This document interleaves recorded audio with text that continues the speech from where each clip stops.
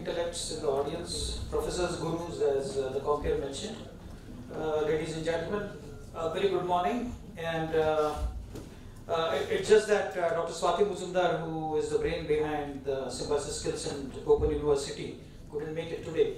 I'm just sitting on her behalf, in fact. And I thought that now Madam has already set up the stage with the expectations from the UGC and what UGC is and how flexible UGC is, if I may say so. I thought that is already the premise that is created.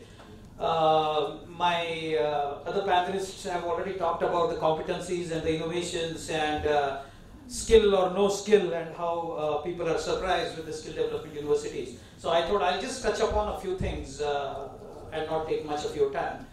We have been talking about the conventional universities, we have been talking about the unemployability, we have been talking about what industry requires, we have been talking about how technology is important in higher education especially. And now we have started talking about the required skills are not there in the graduates that we get out of the universities from the higher educational institutions.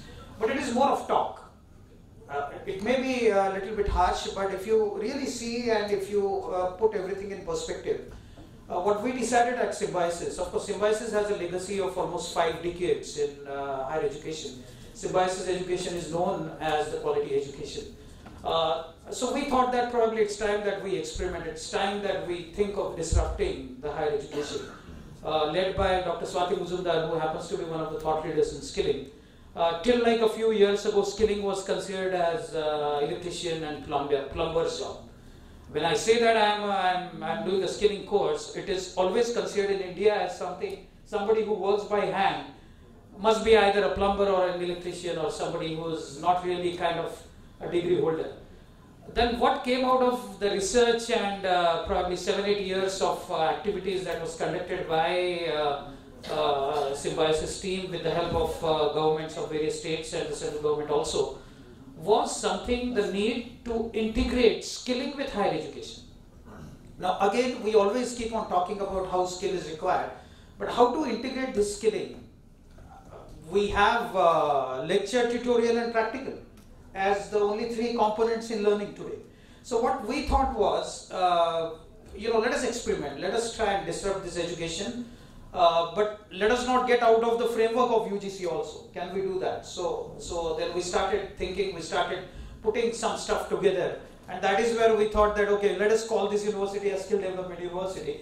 All may not agree, all may not like the word skill development university, but it is a university, of course. The basic motive there, the basic purpose of setting this up is to really integrate very tightly the skilling, the technology, the industry demands in the pedagogy of higher education. So it is not like we are changing the subjects, it is not like we are changing the entire curriculum like drastically. But what we are trying to do is, one, the pedagogy. So it is just that since Madam has already raised certain points, I thought I'll talk about this experiment. And we are probably one of very few so-called skill development universities in the country. We are of course the first and the only skill development university in the state of Maharashtra. So I thought I'll talk about what we did, so which probably will, again I have to talk about the university. I won't take much time also. But I'm just trying to bring forth certain points why Skill Development University is a kind of a disruptive experiment in the field of higher education. So one is pedagogy. So it is like we don't depend only, or we need not only depend on lecture, tutorial, practicals of the world. Everybody, every subject, whatever is the level, whatever is the year, we only have to teach student, which is again Madam mentioned that it's more of one-way teaching, is in the form of a lecturing or tutoring and the practical in the labs.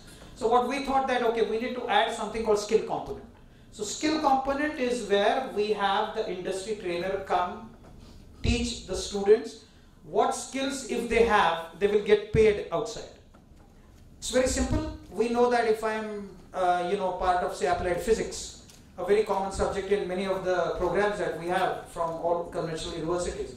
So can we have certain activities that we can do with the help of industry trainer, for which a student may get paid tomorrow? So we are creating the not only the knowledge but also the competency, we call it skills, which are really demanded by the industry. So we are trying to make every student industry ready. We won't again call them job ready. We don't want to create only employees, but we are also imbibing other kind of virtues and other skills, including entrepreneurship skills in the students, so that we are making the students, the graduates, industry ready. They are productive right from day one of their graduation. So one is the pedagogy that we take care of. Second is we are very, very sector specific. As Mr. Kumar was talking about the requirements that vary with every kilometer, especially in India. You know, what sells in Nagpur, what sells in Meerut, probably, you know, we may not just consider in Pune. What sells in Pune may not just stand in Meerut.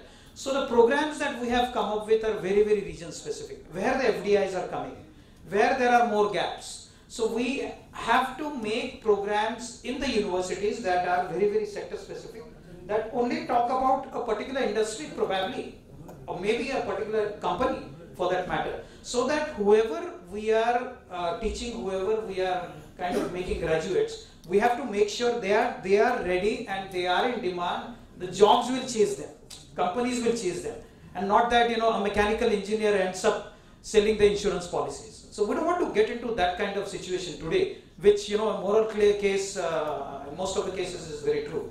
The third point that we try to do is,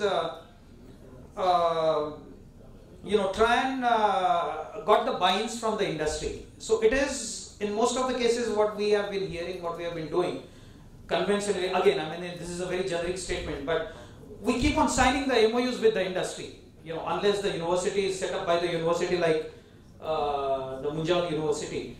But we keep on signing the MOUs, which is for the sake of gaining those brownie points, which becomes a mandate for, you know, a UGC framework, AICTE framework, or university framework.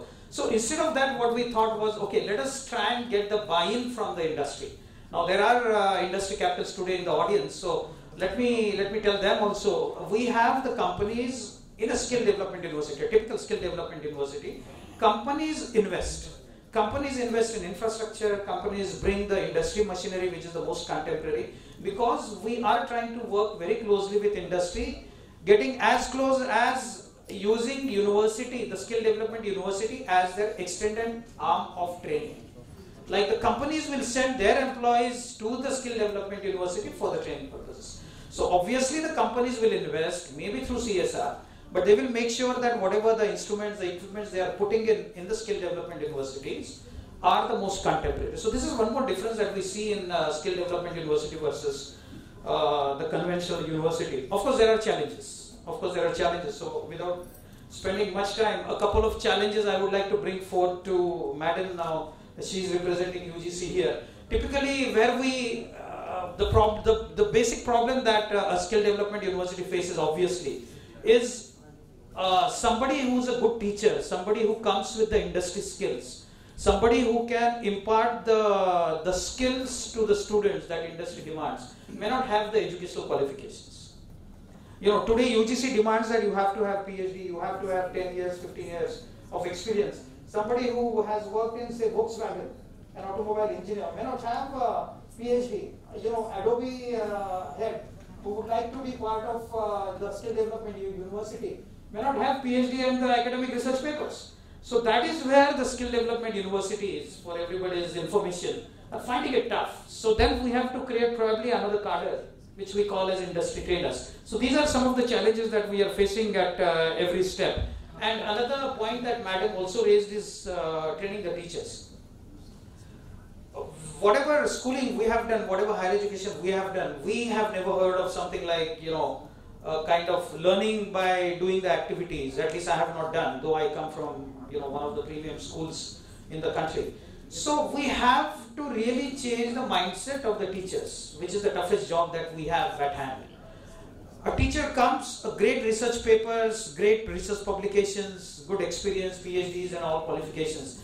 But it's not for everybody, for every teacher, that he or she understands how to really impart the skills in the skill development universities. And that is another big challenge that we are facing at skill development university. But yes, we are also within the framework of UGC. We are very much within the framework of AICTE. Only thing that we are trying to do is we are trying to kind of experiment with the concept of skilling and trying to integrate skilling into the higher education. Technology also plays a very, very integral part in this entire skill development university. And hence, I would end up by saying that it's time that countries like India, the developing, so-called developing countries like India, we have to have all the remaining universities that we are planning to have should be skill development universities. Look at the European countries, look at Germany, look at Korea, look at Australia, look at Sri Lanka, where the skilling is very tightly integrated with higher education. Those are all skill development universities.